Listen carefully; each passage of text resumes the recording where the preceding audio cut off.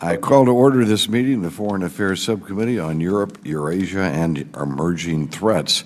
Today's topic, an emerging threat, the emerging threat of resources wars. And after the ranking member and I each take 5 minutes to make opening remarks, each member present will have 1 minute to make their opening remarks, alternating between majority and minority members. And without objection, all members may have 5 days to submit statements, questions, and extraneous materials for the record. And hearing no objection, so ordered. And now for my opening statement. An increasing global demand for supplies of energy and strategic minerals is sparking intense economic competition that could lead to a counterproductive conflict.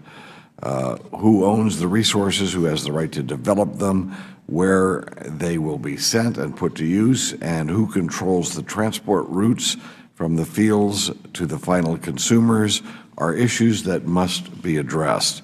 Whether the outcomes result from competition or coercion, from market forces or state command, we will be determining how to achieve, and if we will achieve, a world of peace and an acceptable level of prosperity, or we won't achieve that noble goal.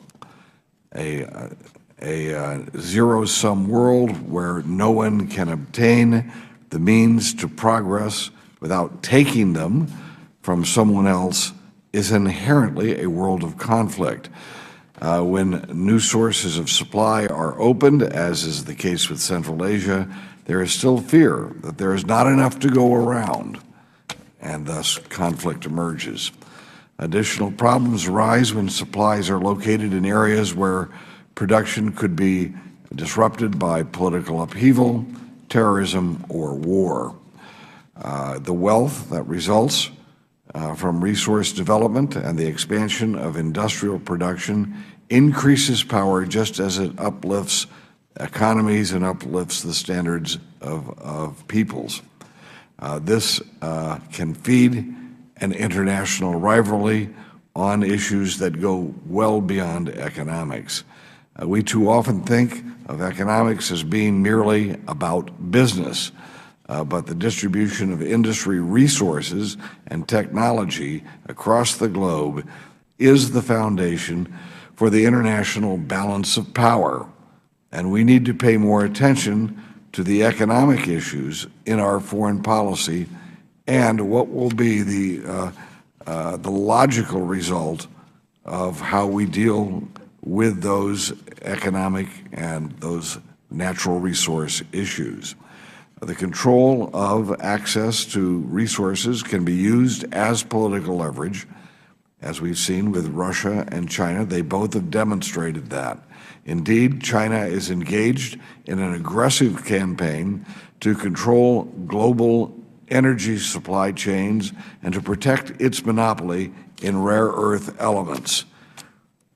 This obviously indicates that Beijing is abandoning its, quote, peaceful rise, end of quote, policy. This is not an unexpected turn of events, given the brutal nature of the Communist Chinese regime.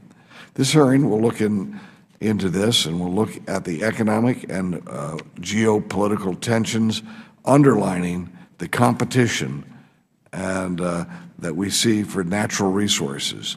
And we need to discuss that competition, and we need to understand what is in the national interest of the United States and what must be protected to ensure that our people can enjoy a level of peace and prosperity in the future.